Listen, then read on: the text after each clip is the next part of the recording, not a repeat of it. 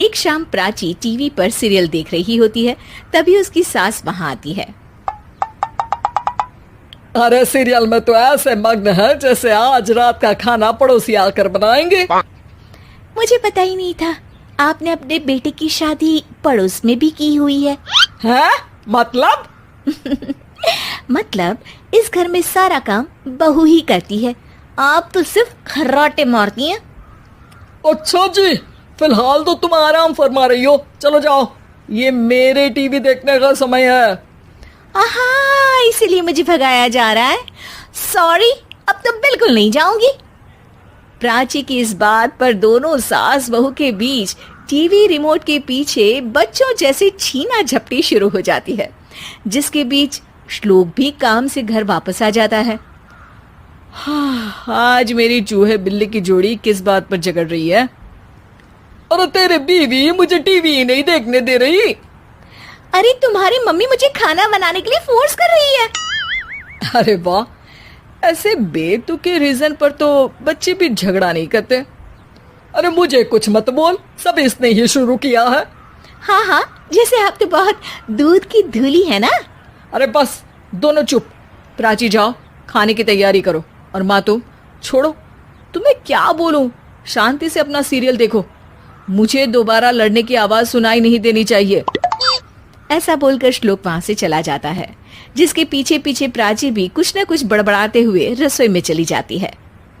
हाँ हाँ, सासू जी को तो कुछ बोलेंगे ही नहीं, बस मुझ पर ही हुक्म चलता है, खाना बनाओ, जैसे मैं इनके घर में खाना बनाने के लिए आई हूँ। इसी तरह शाम बीतती है और रात को श्लोक और प्राची की सास खाना खाकर सोने चले जाते हैं, लेकिन प्राची गुस्से में कुछ खाए बिना काम में ही लगी रहती है। इस घर में किसी को घंटा फिक्र नहीं पड़ता, मैं खाऊं या भूखी रहूं। प्राची कुछ देर के लिए रसोई से बाहर जाती है और जैसे ही वापस आती है तो वहां दूध का भरा ग्लास देखकर हैरान रह जाती है। फिक्र पूरी है, बस दिखाना नहीं है। प्राची दूध पीकर सोने चली जाती है और अगली सुबह एक बार फिर सास बहू का कार्टून नेटवर्क स्टार्ट हो जाता है। ये तुमने ही किया है। अरे अजीब जबरदस्ती है, मैं बोल रही हूँ मैंने कुछ नहीं किया। दोनों ने मिलकर पूरे घर को पागल खाना बनाया हुआ है। यहाँ कोई नॉर्मल इंसान तो रह ही नहीं सकता, इसीलिए अब पड़ोसी क्या रिश्तेदार भी घर आने से कतराते हैं। और सुन बेटे, तू भी चंगा, तेरी माँ भी चंगी, तेरी बीवी भी चंगी, रिश्तेदार।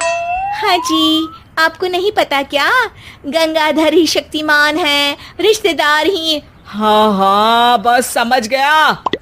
कभी जानवरों जैसे लड़ेंगी तो कभी जुगलबंदी करेंगी। भाई मैं आप दोनों के बीच में नहीं फंसना चाहता। सास बहू की इस मन मौजी जोड़ी से परेशान होकर श्लोक अपना सिर खुजलाता वहां से चला जाता है। चलो अब मैं भी कीर्तन में जा रही हूँ। इस पर जैसे ही सास कमरे में अपना पर्स लेने जाती है तो वहां नाश्ते की प्लेट रखी देख मुस्कुराने लगती है और नाश्ता करके घर से बाहर निकलते हुए कुछ पैसे टेबल पर रख जाती है, जिसके कुछ देर बाद सिलेंडर वाला घर आता है। ओ मुरी मैया, मैं सिलेंडर के बारे में तो बिल्कुल भूल ही गई थी। घर खर्च के सारे पैसे भी मम्मी के पास है और श्लोक से बोला तो उल्टा 4 बात सुनाएंगे।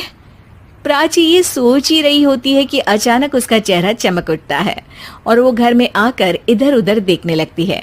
तभी उसकी नजर टेबल पर रखे पैसों पर पड़ती है, जिन्हें वो सिलेंडर वाले को दे देती है। ये सब श्लोक देख लेता है।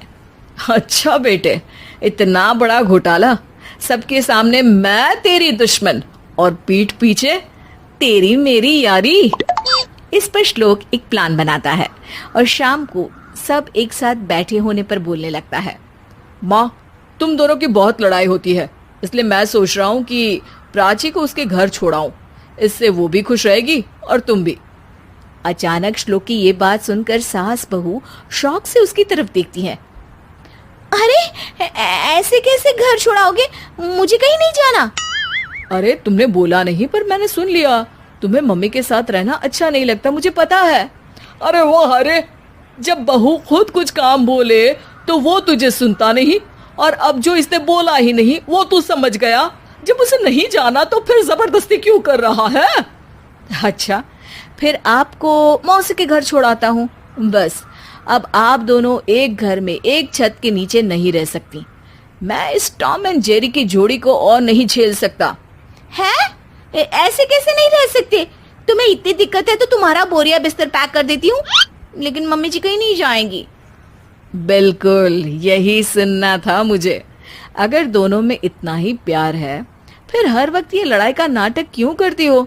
देखा मैंने कैसे माँ किचन में दूध रखती है और तुम उनके लिए कमरे में नाश्ता रखती हो, और कैसे वो पहले ही तुम्हारी दिक्कत समझकर घर में पैसे रखकर बाहर जाती है। अरे भाई, इतना ड्रामा तो डेली सोप में भी नहीं होता जितना तुम दोनों ने इस घर में फैलाया हुआ है। तू हमें टॉम एंड जेरी बोलता है ना, तो याद कर वो दोनों भी एक दूसरे को बाहर वालों की बुरी नजर से बचाने के लिए हमेशा सबके सामने लड़ते थे, लेकिन